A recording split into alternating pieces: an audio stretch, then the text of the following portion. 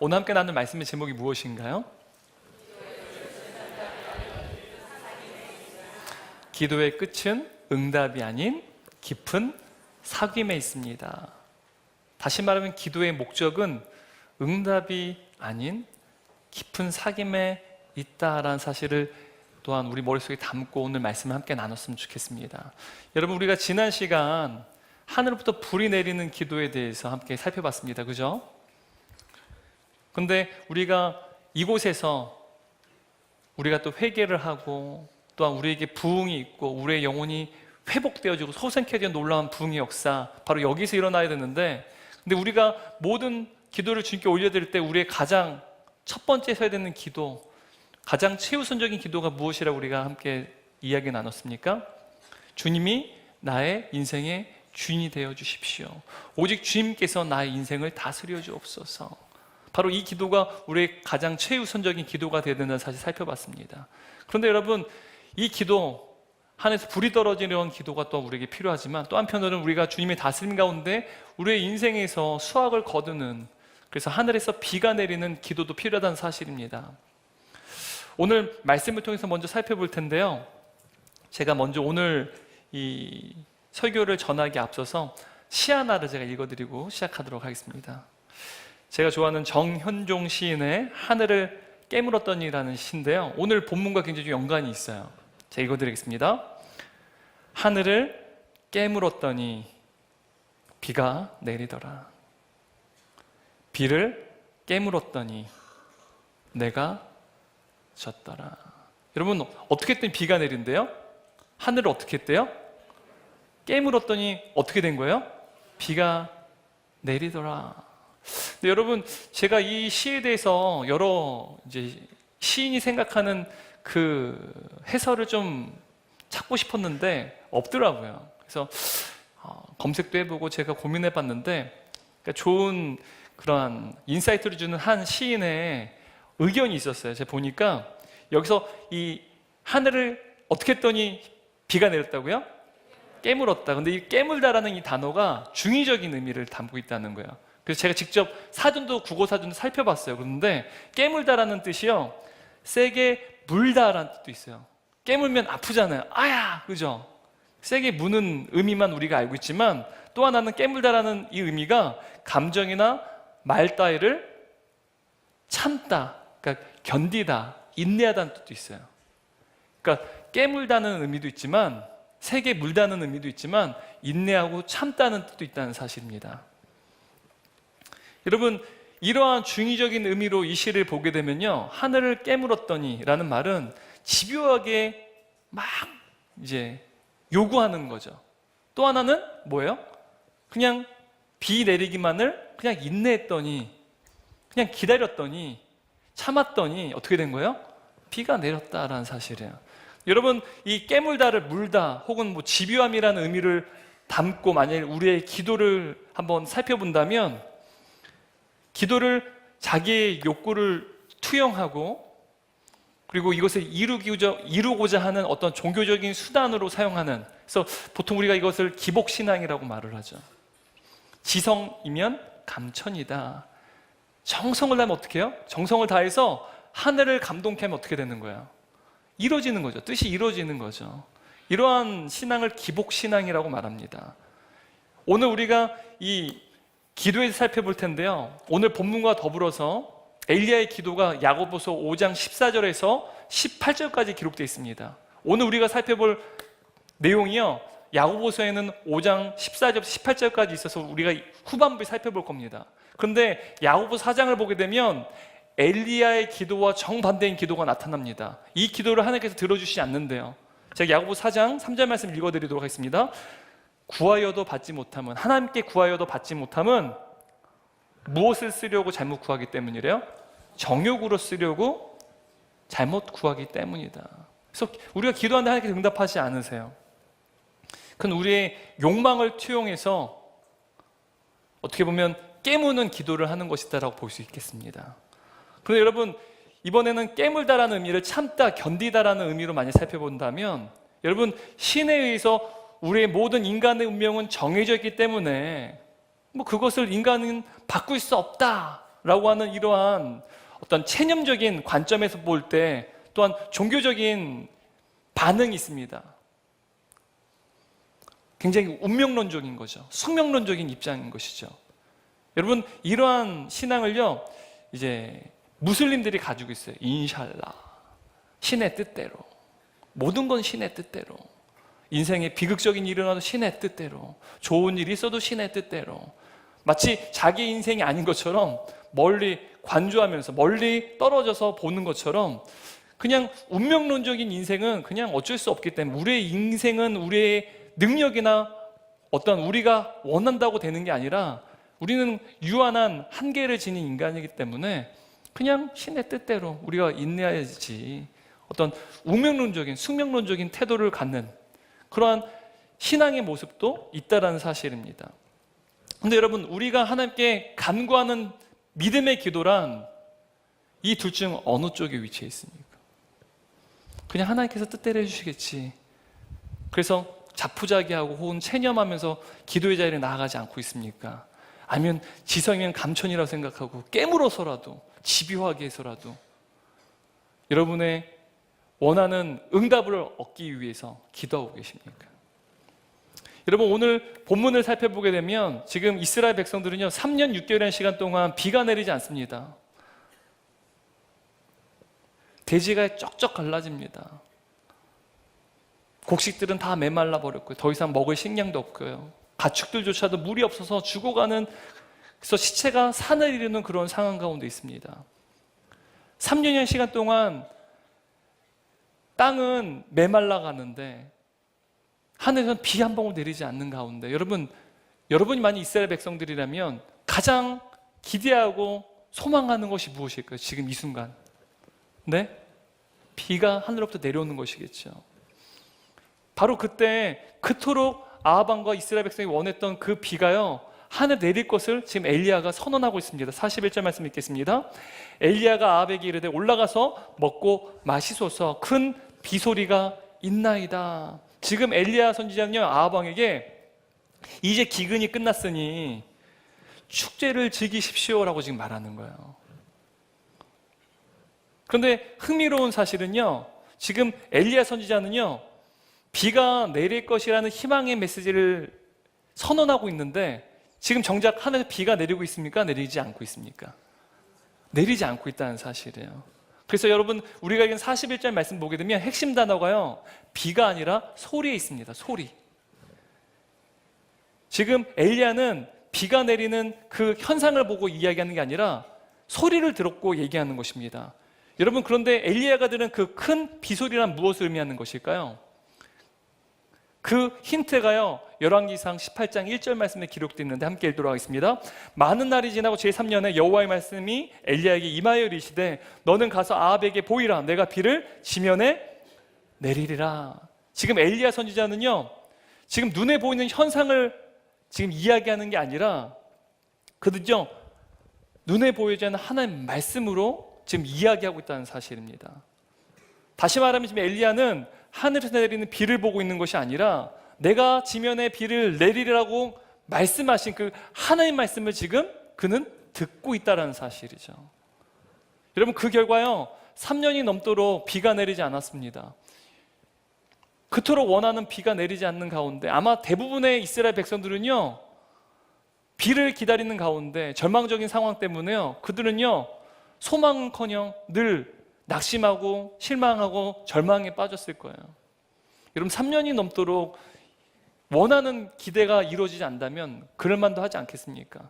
그런데 여러분, 엘리야는 그렇지 않았다는 거예요. 눈에 보이는 어떤 현상, 귀에 들리는 어떠한 소리로 그가 좌우되는 것이 아니라요 그는요 그에게 주시는 하나님의 말씀으로 인하여서 그는요 흔들리지 않는 소망을 품을 수 있었다는 사실이에요. 많은 사람들이 여러 환경적인 요소, 세상에 들리는 소리에 의해서 막 흔들립니다.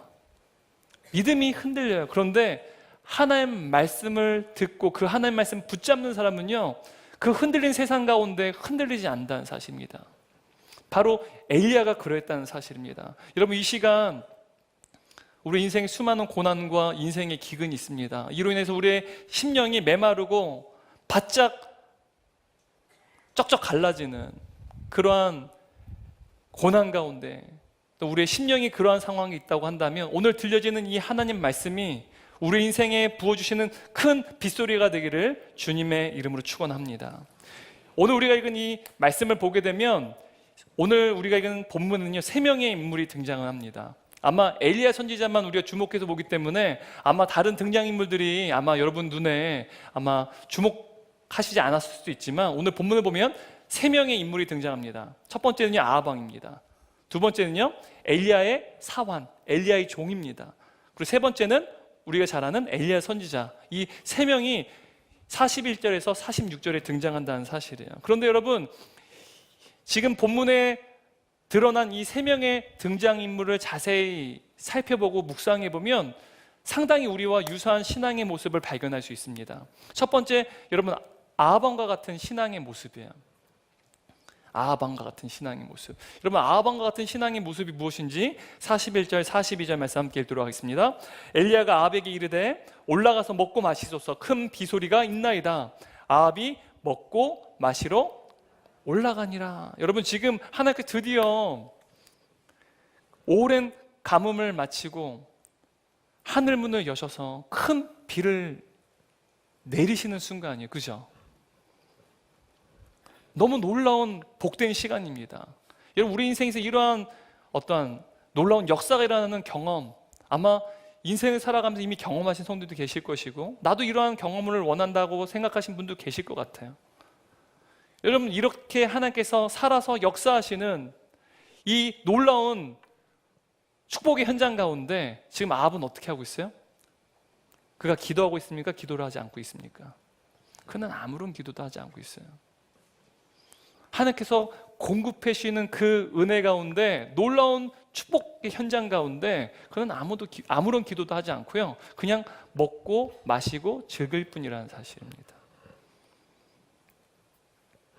아버님, 분명 바알이 아니라 하나님께서 살아계신 하나님이라는 사실을 하늘에서 떨어진 불을 통해서도 이미 그는 경험했어요.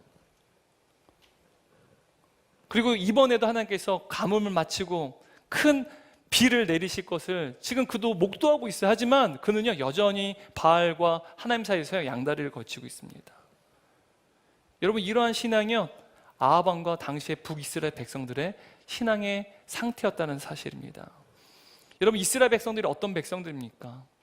하나님께 선택하신 하나님의 백성이에요. 하나님의 자녀들입니다. 아브라함부터 태어나서 이제는 그 손자였던 야곱을 통해서 이루어진 백성이 바로 이스라엘 백성 아닙니까? 12지파로 구성되어 있고 나중에는 이집트에서 430년 노예 생활할 때 하나님께서 그들의 간구, 부르짖음을 들으시고 그들을 구원하셨어요.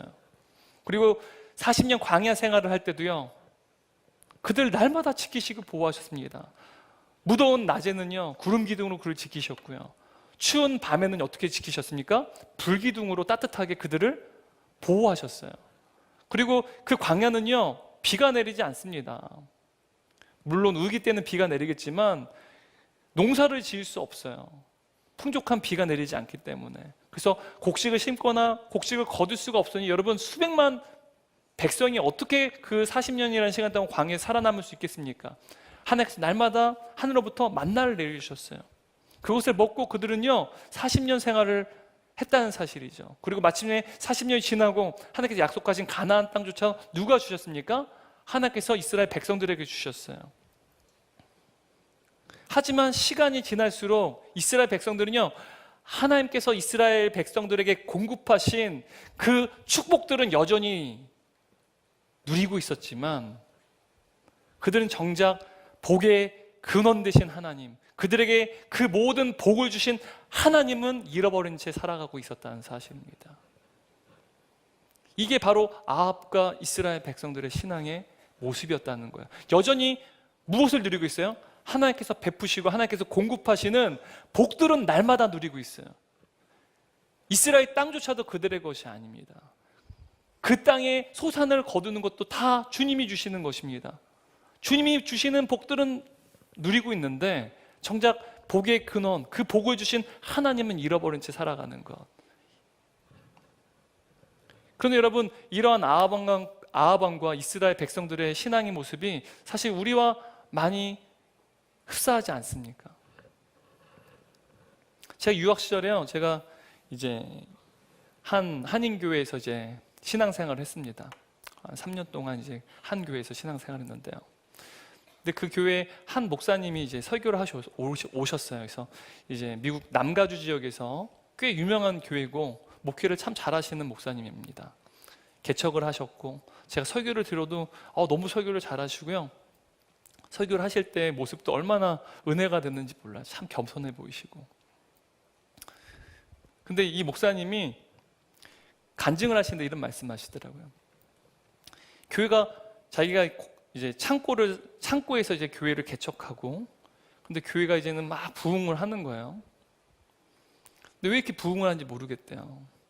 자기가 그렇다고 기도를 하는 것도 아니고, 근데 모든 게 어머니가 자기를 위해서 기도하는 것 때문인 것 같다고 얘기하시더라고요. 어머니가 자신을 위해서 얼마나 기도하시는지 모른대요. 자기가 목회자가 된 것도, 또한 개척을 하고 교회가 부흥한 것도 어머니가 자기를 위해서 너무나도 많이 내 기도가 아닌 것 같다. 자기는 그렇게 기도를 많이 하지 않는데요. 근데 제가 그 설교를 들으면 굉장히 좀 충격을 받았어요. 어쩌면 우리의 신앙도 이러한 신앙이 아닐까라는 생각이 들었습니다. 특히 저와 같은 모태 신앙인들. 여러분, 많은 부모님들이요, 자녀들을 위해서 기도 많이 해요. 기도 많이 하시죠? 기도하시죠? 네, 저를 위해서 기도 안 해도 자녀들을 위해서는 기도하잖아요. 여러분, 특히나 가정에 대입을 준비하고 또한 대학 수능 능력 시험을 앞두고 있는 자녀들이 있다면 여러분, 아이들을 위해서 얼마나 많이 기도하세요? 어떤 부모님들은 너는 다른 거 신경 쓰지 말고 그냥 공부만 해. 공부만 신경 써. 그리고 기도는 전부 누구의 몫입니까? 부모의 몫이에요. 수련회 기간에도요, 그냥 학원에 가서 공부하라고 하고 도서관 가서 공부하라고. 심지어 주일에도 만약에 보충 수업 있거나 그렇게 되면, 학원에 보충 수업 있으면 엄마가 대신 기도할 테니까. 그래서 아이들이요, 자신의 진로나 비전에 대해서 고민도 하지 않고요, 그리고 고민도 하지 않기 때문에 하나님께 나아가 기도하지도 않습니다. 고민도 하지 않으니까 하나님을 찾지도 않습니다. 그리고 대학에 입학하게 돼요. 근데 그때부터 진짜 이 아이의 인생의 비극이 시작되는 거예요. 신앙의 비극이 시작된다는 사실입니다. 자녀가 취업을 준비할 때도요, 취업이 얼마나 힘들어요, 그죠? 그때 부모님들이 얼마나 안 싸웠습니까? 어떻게 하세요? 자녀를 위해서 기도하죠. 취업을 위해서요. 근데 또 그 기도의 몫이 전부 누구의 몫입니까? 부모의 몫이에요. 자녀가 결혼을 합니다. 가정생활을 하고요, 또 아이를 낳습니다. 손주들이 생겨요. 근데 그 가정을 돌보고 그 자녀들을 위해서, 새롭게 태어난 그 생명들을 위해서 또 기도하는 기도의 몫이 누구예요? 아이를 돌봐준 것도 할머니, 할아버지 몫이고, 그 손주들을 위해서 기도하는 몫도 기도의 몫이 누굽니까? 할머니, 할아버지, 부모님의 몫이에요.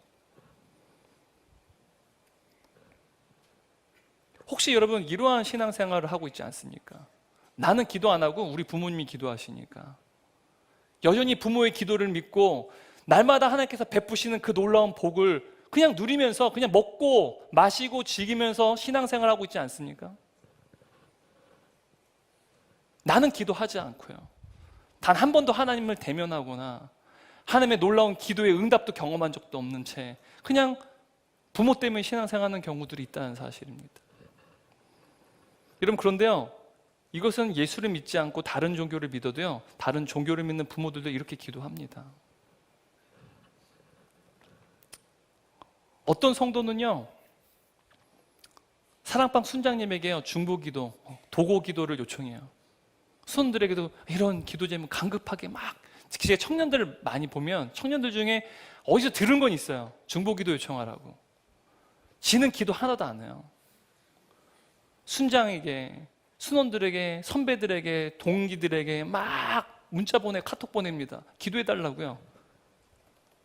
본인은 기도하지 않습니다. 나는 전혀 기도하지 않고 단지 하나님께서 베푸시고 공급하신 그 은혜로 말미암아 살아가는 인생, 스스로 하나님을 찾지도 않고, 그래서 하나님의 능력도 기도의 응답도 전무하고, 그 결과 신앙생활에 참된 기쁨도 누리지 못한 채 살아가는 신앙 상태가 바로 아합과 이스라엘 백성과 같은 신앙생활이라는 것입니다. 두 번째, 엘리야 사환의 신앙의 모습입니다. 바로 엘리야 종의 신앙의 모습입니다. 43절 44절 말씀 읽겠습니다. 그의 사환에게 이르되 올라가 바다 쪽을 바라보라. 그가 올라가 바라보고 말하되 아무것도 없나이다. 이르되 7번까지 다시 가라. 7번째 이르러서는 그가 말하되 바다에서 사람의 손만한 작은 구름이 일어나나이다. 이르되 올라가 아합에게 말하기를 비에 막히지 아니하도록 마차를 갖추고 내려가소서 하라 하니라. 여러분, 지금 엘리야의 사환, 엘리야의 종은요 3년 6개월 만에 이제 가뭄이 그치고 하늘이 열려서 비가 내리는 그 놀라운 역사 현장 가운데 서 있어요. 엘리야 선지자와 함께 서 있습니다. 근데 그가 지금 하는 일은요 엘리야가 시키는 일을 하는 것뿐이에요. 지금 하늘에 구름이 있는지 7번 가라, 가서 봐라 라고 하는 그 명령에 성실하게 이행하고 있습니다. 그리고 나중에는 비가 내리기 전에 아합 왕이 이제는 갈매에서 내려갈 것을 전달할 것을 이야기합니다. 왜냐하면 비가 내리게 되면 지금 이 갈매산 아래 이스라엘 평야 지역은요 굉장히 어떻게 보면 이제 옥토밭입니다. 굉장히 많은 곡식을 열매 맺는 굉장히 어떻게 보면 옥토밭인데요. 이곳이 근데 비가 내리게 되면 이제 그 이스라엘 평야 지역에 기손강이 있습니다. 평상시에는 물이 없거나 그냥 계곡이에요. 근데 비가 내리기 시작하면요 그곳에 물이 가득 차서요, 그리고 이제 물로 인하여서 땅이 질퍽질퍽해집니다. 그러니까 진흙탕이 된다는 것이죠. 근데 여러분, 마차가 이런 진흙탕에서 지나갈 수 있을까 없을까요? 그래서 이 엘리야는요 사환에게, 아합 왕에게 지금 비가 곧 내릴 테니 먼저 빨리 내려가라는 거예요. 마차로 이동하라는 것이죠. 지금 엘리야 사환은요 지금 엘리야 선지자가 명한 대로 다 그 모든 명령을 이행하고 있습니다. 맡겨진 임무를 다 성실하게 감당하고 있지만 이 사원은 정작 하늘문이 열리고 3년 시간 동안 가뭄이 그치고 하늘에 거대한 비가 내리는 그 은혜의 현장 가운데 하나님을 대면하는 그 은혜는 누리지 못하고 있다는 사실. 은혜의 현장, 하나님께서 베푸신 그 은혜, 복은요 누리고 있는데 정작 그는 하나님을 대면하지 않고 있다는 사실입니다. 여러분, 우리 은혜 공동체 가운데 많은 우리 동역자분들이 계세요. 우리 순장님들 순장생만 하지 않고 보통 2-3개 사역 이상씩 하십니다. 섬기는 분들은 더 섬기는데 섬기지 않는 분들은 제가 얘기하지 않겠습니다. 그러니까 한 분들이 더 많이 섬기는 게 사실 우리 교회의 모습이죠. 너무 아름답지만 여러분, 주일학교 교사로도 섬기고 순장이심에도 불구하고 또 코인원역 식사로도 헌신하시고 안내로 섬기시고 주차봉사로 섬기시고 보이지 않는 자리에서 다 이렇게 열심히 섬기세요. 하나만이 아닌 2-3가지 그 이상 섬기고 계십니다. 헤세드 사역으로서도 섬기고 계시고요. 근데 여러분, 우리가 경계해야 되는 것이 무엇이냐면 우리의 사역이, 우리의 헌신이 반드시 우리의 신앙의 상태를 나타내는 것은 아니라는 사실입니다. 물론 우리가 은혜를 입고 하나님께서 베푸신 그 놀라운 사랑과 그 은혜가 너무 감격스러워서 내가 주님을 위해 섬기고 싶어요. 그리고 공동체를 섬기고 싶고 또한 우리 사랑하는 동역자를 섬기고 싶어요. 물론 이 섬김은 너무나 아름다운 것입니다. 근데 우리는 얼마든지 주님의 은혜 없이도 헌신할 수 있다는 사실입니다. 여러분, 세상에 나아가 보시죠. 자원봉사를 하는 분들 많으세요. 예수 믿지 않는 분들 중에서도요.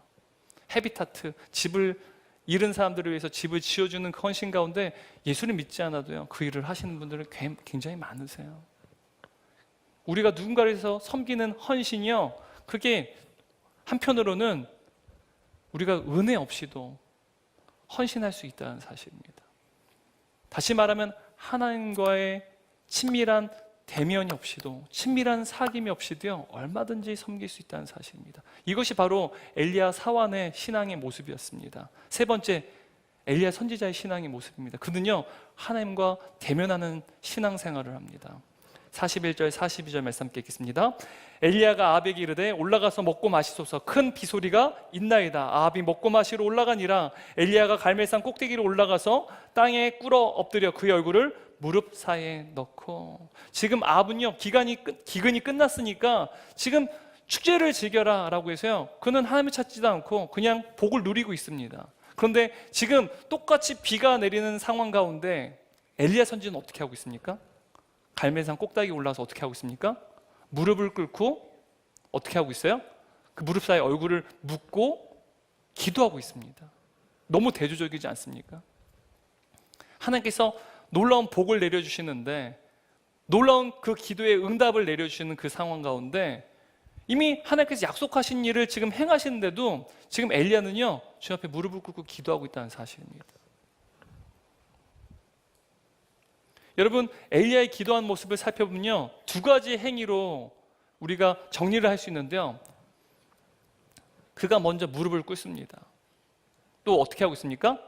무릎 사이에 머리를 파묻고 있습니다. 근데 여러분, 지금 이 모습을 한번 상상해 보세요.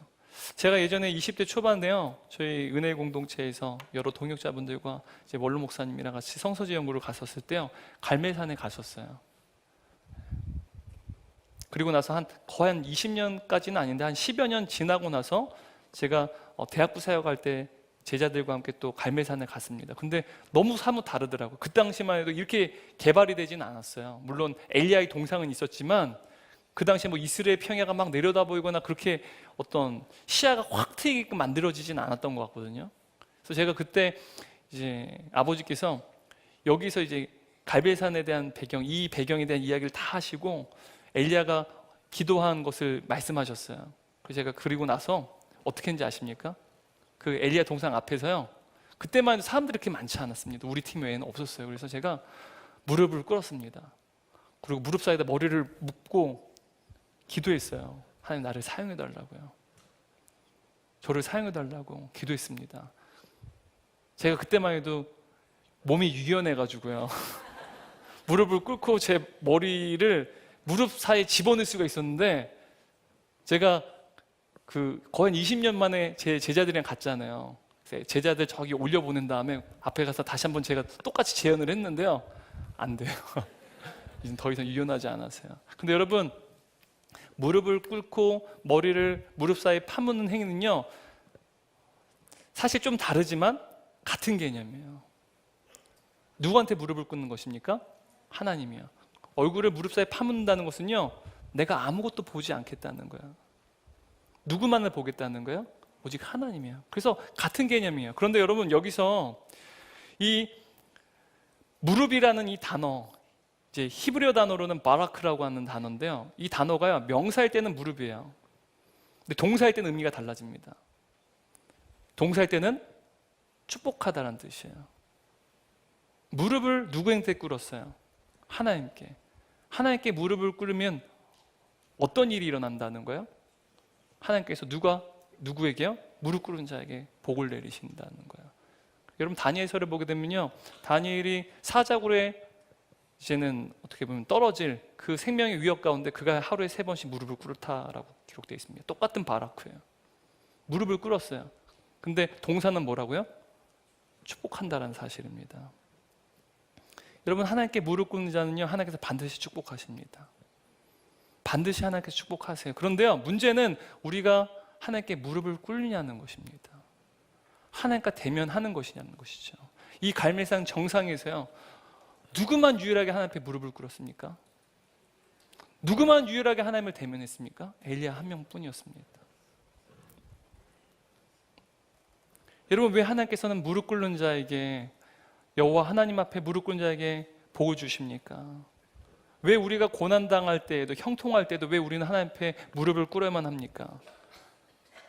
왜 하나님께서 우리의 기도를 통해서 일하시는 것입니까? 기도하지 않아도 하나님께서 일하시면 되는데, 왜 하나님께서는 엘리야가 기도를 할 때 비로소 하늘문을 여시고 비를 내리시냐는 것이죠. 왜 우리의 기도를 통해서 일하시느냐는 것입니다. 44절 45절 말씀 함께 읽겠습니다. 7번째 이르러서는 그가 말하되 바다에서 사람의 손만한 작은 구름이 일어나나이다. 이르되 올라가 아합에게 말하기를 비에 막히지 아니하도록 마차를 갖추고 내려가 수사하라 하니라. 조금 후에 구름과 바람이 일어나서 하늘이 캄캄해지며 큰 비가 내리는지라. 여러분, 지금 엘리야가 기도했을 때 무릎을 꿇고 무릎에 머리를 파묻고 기도했을 때 어떤 일이 벌어집니까? 드디어 큰 비가 내렸다라고 성경은 기록하고 있습니다. 근데 여러분, 엘리야의 기도가 하늘의 비를 연 것입니까? 우리가 지금까지 엘리야 강해 설교를 나누며 말씀을 살펴봤듯이 이미 하나님께서는요, 비를 내리실 계획을 가지고 계셨어요. 그런데 하나님께서는요, 엘리야가 여호와 하나님 앞에 무릎을 꿇고 그의 무릎 사이에 얼굴을 파묻고 하나님께 비를 내려줄 것을 간청할 때요, 하나님께서는 그의 기도를 들으셨어요. 다시 말하면 하나님께서는 엘리야의 기도를 하나님의 구원 계획과 연계시키셨다는 사실입니다. 하나님께서는요, 엘리야의 그 기도를 기뻐하셨어요. 그리고 그분의 뜻 가운데 그 기도를 사용하셔서 하늘에 비를 내리게 하셨다라는 사실입니다. 여러분, 강력한 능력의 기도는요, 우리가 하나님을 설득하거나 하나님을 움직이는 기도가 아니라요, 하나님의 거대한 역사의 물줄기에 우리가 동참하는 것입니다. 여러분, 지성이면 감천인 게 아니라는 거예요. 우리가 기도하는 것은요, 하나님을 감동시키는 기도가 아니에요. 하나님의 뜻 가운데 우리의 기도가 동참되는 기도가 바로 우리가 올려드리는, 그리고 엘리야의 기도였다는 사실입니다. 근데 이러한 놀라운 능력의 기도를 올려드린 엘리야가요, 저와 여러분과 같은 성정의 사람이라고 성경 말합니다. 야고보서 5장 10절 18절 말씀 함께 읽겠습니다. 엘리야는 우리와 성정이 같은 사람이로되 그가 비가 오지 않기를 간절히 기도한즉 3년 6개월 동안에 땅에 비가 오지 아니하고 다시 기도하니 하늘이 비를 주고 땅이 열매를 맺었느니라. 지금 여러분, 엘리야의 기도가 하늘의 문을 열고 거대한 비를 내리게 하지 않았다는 사실 우리는 잘 알고 있어요. 그렇다면 엘리야의 기도는요, 크고 능력 있는 기도가 아니라는 거예요. 저와 여러분과 같은 성정의 사람이요, 우리의 기도와 엘리야의 기도는요, 동일한 기도라는 사실입니다. 그런데 야고보서를 보게 되면 엘리야가 기도한즉 하늘에서 비가 내리고 땅이 열매를 맺었다라고 분명히 말하고 있습니다. 그렇다면 여러분, 하나님께서 우리의 기도를 들으시고 우리의 그 기도에 응답하셔서 하늘에 비를 내시고 땅이 열매를 거두시게 한다는 것은 무엇을 의미하는 것일까요? 그래서 여러분, 우리가 지금 읽은 야고보서 5장 10절 18절 앞절에는 야고보서 5장 14절 말씀을 보게 되면 어떤 것이 하늘에 비를 내리게 하고 땅이 열매를 맺는 기도인지에 대해서, 그 기도 응답이 무엇인지에 대해서 자세히 설명하는데요, 야고보서 5장 14절 말씀 함께 읽겠습니다. 너희 중에 병든 자가 있느냐? 그는 교회의 장로들을 청할 것이요 그들은 주의 이름으로 기름을 바르며 그를 위하여 기도할지니라. 여러분, 지금 누구를 위해서 기도하라고 지금 야고보 장로는 이야기하고 있습니까? 병든 자들. 여러분, 우리가 날마다 새벽 예배마다 육체의 질병 가운데 고통을 겪는 동역자분들이 기도하지 않습니까? 지금 그 기도를 하라는 거예요. 날마다 우리는 기도하고 있습니다. 너희 중에 병든 자가 있느냐? 그리고 그들은 주의 이름으로 기름을 바르며 그를 위하여 기도하라 라고 지금 말씀하고 있습니다. 근데 흥미로운 것은요, 이 말씀 14절 말씀 보게 되면 병든 자에게 어떻게 하고 기도하라고 지금 말하고 있습니까?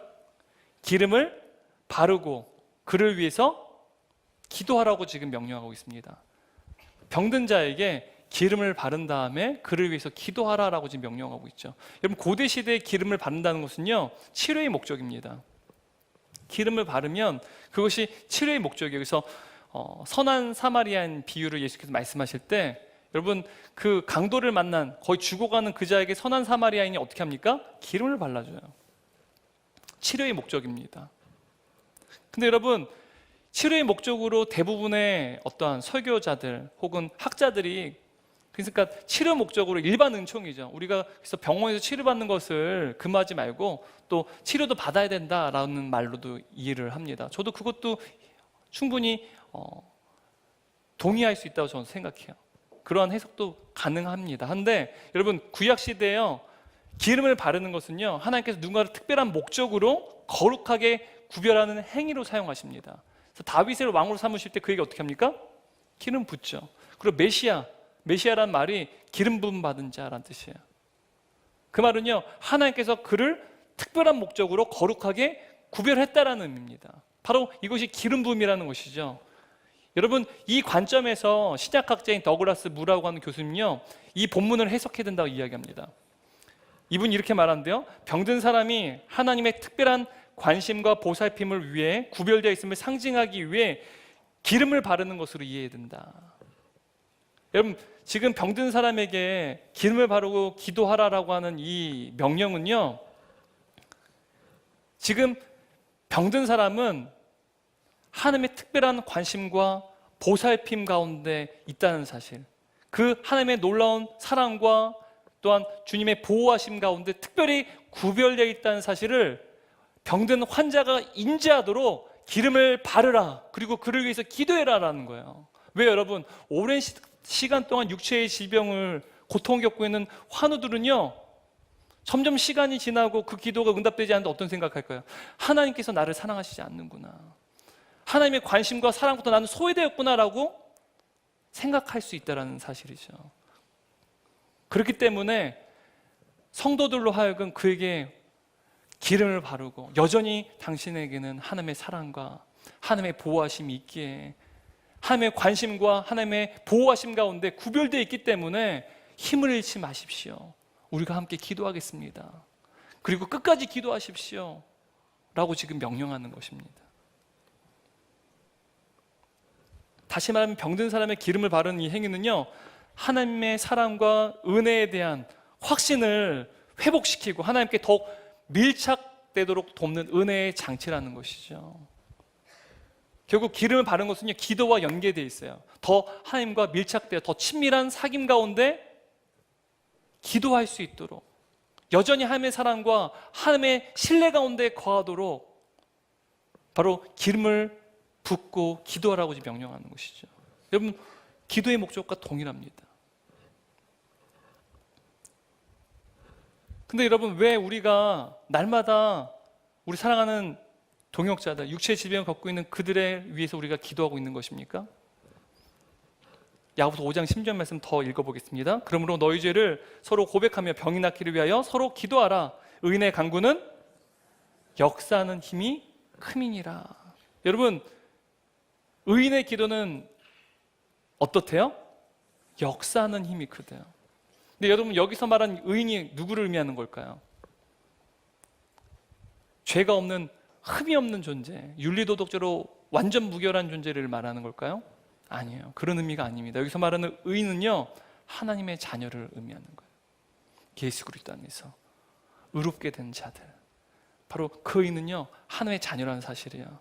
근데 여러분, 하나님의 자녀인 저와 여러분의 기도가 왜 특별한지 아십니까? 제가 이미 답을 말씀드렸는데, 우리가 하나님의 자녀이기 때문에. 우리가 기도할 때 누구에게 지금 기도하는 것입니까? 하나님이지만 그분의 우리가 자녀라는 뜻은 그분이 누구시라는 뜻이에요? 아버지라는 뜻이에요. 그래서 자녀가 아버지에게 간구하는 기도는요, 역사한 힘이 크다는 사실이죠. 하나님께서는요, 자녀인 저와 여러분의 기도를 통해서 일하시는 분이시기 때문에 그래요. 엘리야를 보십시오. 하나님께서 이미 다 정하셨어요. 하지만 엘리야의 길을 통해서 하나님께서는 일하신다는 사실이에요. 이게 바로 하나님의 자녀의 위대한 특권입니다. 여러분, 3년 6개월이란 시간 동안 가뭄이 지속되다가 그 가뭄이 멈추고 하늘에 비가 내리게 된 것은 엘리야의 기도가 어떤 특별한 능력이기 때문이 아니었습니다. 비가 내린 것은 분명 하나님의 뜻이었습니다. 다시 말하면 엘리야가 구한 것은 무엇이었을까요? 비가 내린 것은 누구의 뜻이었습니까? 하나님의 뜻이었다는 사실이에요. 여러분, 이러한 성경적인 관점에서 볼 때요, 우리가 믿음으로 기도하는 것은요, 우리의 일이에요. 그런데 여러분, 병든 사람을 낫게 하는 것, 하늘에서 비가 내리게 하는 그 일은 누구의 일입니까? 오직 하나님의 일이라는 거예요. 그래서 야고보서는요, 저와 여러분이 이렇게 말합니다. 야고보서 5장 15절 말씀입니다. 함께 읽겠습니다. 믿음의 기도는 병든 자를 구원하리니 주께서 그를 일으키시리라. 여러분, 누가 일으키신대요? 우리의 기도가요? 아니요, 주께서 일으키신다는 거예요. 의인인, 그리고 하나님의 자녀인 저와 여러분은요, 기도하는 거예요. 그러면 누가 일으키시는 거예요? 하나님이요. 병든 자를 고치신 건 하나님이시라는 거예요. 하늘의 비를 내리시는 것은 바로 하나님이시라는 것입니다. 즉 여러분, 함의 자녀인 저와 여러분이 드리는 믿음의 기도는요, 어떠한 상황 속에서 하나님의 뜻을 구하는 기도입니다. 다시 말하면 하나님의 다스림을 구하는 기도라는 거예요. 우리가 지난 시간에 우리의 가장 최우선적인 기도가 무엇이어야 된다고 말씀드렸어요? 주님이 우리의 주인 되시는 것, 주님이 우리를 다스리시는 것, 바로 그 기도가 함의 자녀인 믿음의 기도라는 사실입니다. 근데 여러분, 실제로 사랑하는 우리 가족이요, 병상에 누워 있어요. 중환자실에 누워 있습니다. 그리고 가망이 없어요. 여러분, 이러한 상황 가운데 하나님의 뜻과 하나님 다스림 가운데 이루어지기를 간구하는 것은요, 기도하는 것은 참으로 어려운 일입니다. 하나님, 주님의 뜻대로 해주십시오. 주님 살려주셨으면 좋겠습니다. 고쳤으면 좋겠습니다. 근데 하나님, 주님의 선하신 뜻이 있는 줄 압니다. 여러분, 이렇게 기도하는 게 얼마나 힘든지 아십니까? 주님 살려주십시오. 어떻게든 살려주십시오. 여러분, 이 기도가 우리에게 위로가 되죠. 주님의 뜻을 이루소서, 주님의 뜻을 이루소서. 여러분, 이 기도가 얼마나 힘든 기도입니까? 여러분, 이러한 기도는요, 우리의 생명과 죽음의 통제권을 온전히 하나님께 맡기지 않고서는요, 우리가 드릴 수 없는 불가능한 기도라는 사실이에요. 무엇보다 하나님 아버지께서 나를 사랑하시고 나를 불쌍히 여기시고 나의 기도를 들으시고 뿐만 아니라 나를 반드시 선하게 인도하시는 나의 아버지 되신 사실을 믿지 않고서는 드릴 수 없는 불가능한 기도라는 사실입니다. 그러므로 우리가 기도하는 가운데 하나님의 뜻이 이루어지고 또한 하나님의 다스림을 구하는 그 기도를 올려드리기 위해서는 여러분, 우리가 하나님 아버지와 그 사랑이, 그 사귐이 더욱 깊어져야만 한다는 사실이에요.